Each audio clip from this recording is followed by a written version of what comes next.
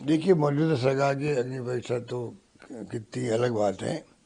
सरकार कहीं चल रही है मालूम है। ये चुनाव के पहले भी, चुनाव के बाद में भी इनकी तो सरकार की जो वीकनेस है या गवर्नेंस नहीं दे पा रहे हैं या आपस में कमेंट्स बाजी करते रहते हैं मंत्रियों के बारे में, एमएलए या सरकार के बारे में मंत्री जो भी करते हैं। तो ये तो एक प्रकार से ऐसा माहौल बन गया। पहला इम्प्रेशन अच्छा नहीं पड़ा सरकार का, ये मैं कह सकता हूँ। चुनाव जीतना हारना तो देखिए कई लोकल फैक्टर काम करते हैं कि किस प्रकार के टिकट मिले हैं, किस प्रकार का कैंपेन हुआ, किस प्रकार की कमी रही है, कई बात होती है। पर प्रदेश कांग्रेस कमेटी ने एडवांस में इन सब क्षेत्रों के कार्यकर्ताओं को, नेताओं को बुलाया, बातचीत करी और तैयारी करने के लिए इंस्ट्रक्शन दिए और पार्टी ने सबने एकजुट होकर चुनाव लड़ा। अब तो देखिए आप 23 तारीख को इंतजार कीजिए परिणामों का, क्योंकि यहाँ की जो प्रशासनिक मशीनरी थी वो बहुत फाउल खेला है, बहुत फाउल खेला है। अनावश्यक वहाँ जो रामगढ़ है, रामगढ़ में तो कमाल ही कर दिया उन्होंने। कहते 1000 लोगों को अरेस्ट किया और जो वोटर्स थे कांग्रेस के। अब कुछ सभी लोग थोड़े क्रिमिनल्स होते हैं। 4 क्रिमिनल्स है तो आप पकड़ लो 4 को, तो 4 के नाम पे 40 को पकड़ोगे और अनावश्यक भय का माहौल बनाया वहाँ पर।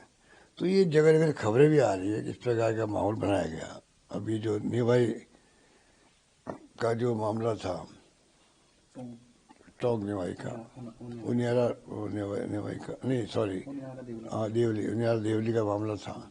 वो बताइए आप कि अगर पुलिस चाहती या प्रशासन चाहता तो उनके पास सब खबरें रहती है, टाइमली सब कुछ हो सकता था। पर वो ऐसी स्थिति कर दी कि वो मारपीट भी हो गई, आगजनी हो गई। आगजनी मैंने सुना है कि 4, 5, 7 गाड़ियाँ जो है 4 व्हीलर्स, उनमें आग लगा दी गई है। 40, 50 मोटरसाइकिल जली है। ये तो खबरें पूरी आ ही नहीं रही वहाँ से, पर जो मैंने वीडियो देखे हैं तो ऐसी स्थिति क्यों बनी? इसकी जाँच होनी चाहिए। जाँच करवाने में क्या दिक्कत है इनको? दोषियों को सजा मिले, तो कुछ नहीं हो रहा, लिपापोती हो रही है। देख रहा हूँ कि वहाँ बच्ची नहीं तो क्या माहौल बना रहा। तो मेरा लगता है अनुमान की सरकार इंडिया गठबंधन की बननी चाहिए। झारखंड में क्या स्थिति लग रही है सर? झारखंड में क्या स्थिति लग रही है? झारखंड में तो देखो मैं गया नहीं हूँ, पर जो सुनते हैं कि माहौल अच्छा माहौल है। पर सबसे बड़ी बात है जो गारंटी कार्ड दिए गए हैं, 5 गारंटी, जो किसानों के लिए भी है, युवाओं के लिए भी है, महिलाओं के लिए तो 3000 रुपये है प्रति माह और बस ज़्यादा फ्री कर दी गई है। राजस्थान की तरह वहाँ 25 लाख का बीमा दिया गया है हेल्थ के लिए, बड़ा उसका अच्छा इम्पैक्ट है, फ्री मेडिसिन। तो ये जो माहौल में देख रहा हूँ, गारंटी कार्ड पहुँच रहे हैं, घर घर में पहुँच रहे हैं। तो माहौल ऐसा है कि इंडिया गठबंधन की सरकार बननी चाहिए, ये मेरा मानना है। सर हिमाचल बस दुर्भाग्य की बात का मैंने देखा, नोट किया कि कांग्रेस बार बार चाहती है कि इश्यू बेस्ड कैंपेन हो। महंगाई है, बेरोजगारी है, करप्शन हो रहा है, वहाँ पर लॉ एंड ऑर्डर की स्थिति खराब है। उस पर बीजेपी वाले इसको पूरा ध्रुवीकरण कर रहे हैं, वहाँ पर ध्रुवीकरण कर रहे हैं। बटोगे तो कटोगे, एक है तो सेफ है। तो ये जो उनका जो अप्रोच है ना, वो बहुत खतरनाक अप्रोच है, खतरनाक अप्रोच है वो। क्योंकि आप बटोगे कटोगे, एक है तो सेफ है। तो पूरा चुनाव जो है वो चाहते हैं कि इशू बेस नहीं होकर के धार्मिक रूप से ध्रुवीकरण हो। ये खतरनाक ट्रेंड है और ये डेमोक्रेसी के लिए खतरनाक है। मेरा मानना है कि ये इलेक्शन कमीशन को अलाउ नहीं करना चाहिए। इलेक्शन कमीशन तो सोया हुआ है।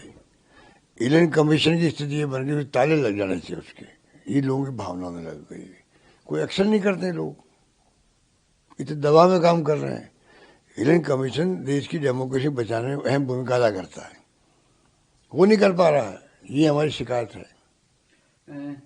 सर हिमाचल हाईकोर्ट ने जो आदेश दिया है दिल्ली में जो हिमाचल भवन है उसको कोर्ट करने को लेकर, हाल ही में बीजेपी के कई नेताओं ने ट्वीट करा है। अमित मालवीय का एक ट्वीट आया है जिसमें कांग्रेस की जहां जहां सरकारें रही उनके ऊपर सवाल उठाया है, क्या कहना है? ऐसा नहीं है। देखिए कई जगह टेक्निकली पैसे जमा नहीं होता। सरकार चाहे कांग्रेस की हो या बीजेपी किसी भी पार्टी की हो, तो कोर्ट के सामने कोई अच्छी स्थिति आ जाती है तो वो एक कमेंट कर देते हैं।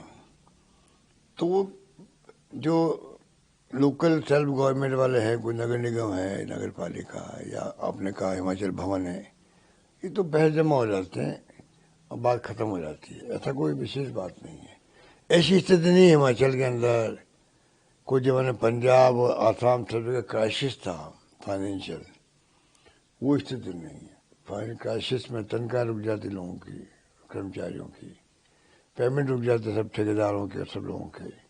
अब राजस्थान में क्या हो रहा है, आज मैं अभी इंटरव्यू दे के आया हूँ कि पेंशन नहीं मिल पा रही, 3-4 महीने हो गए। अब पेंशन का प्रायोरिटी रखनी चाहिए इनको, क्योंकि पेंशन जो है किन के लिए है, नॉर्मल व्यक्ति के लिए नहीं है। जो ज़्यादा बूढ़े लोग हैं, बुजुर्गों के लिए हैं, विधवाओं के लिए है, एकल नारी के लिए है और निश्चित जनों के लिए। तो इनकी तो पेमेंट की प्रायोरिटी होनी चाहिए, नहीं होनी चाहिए।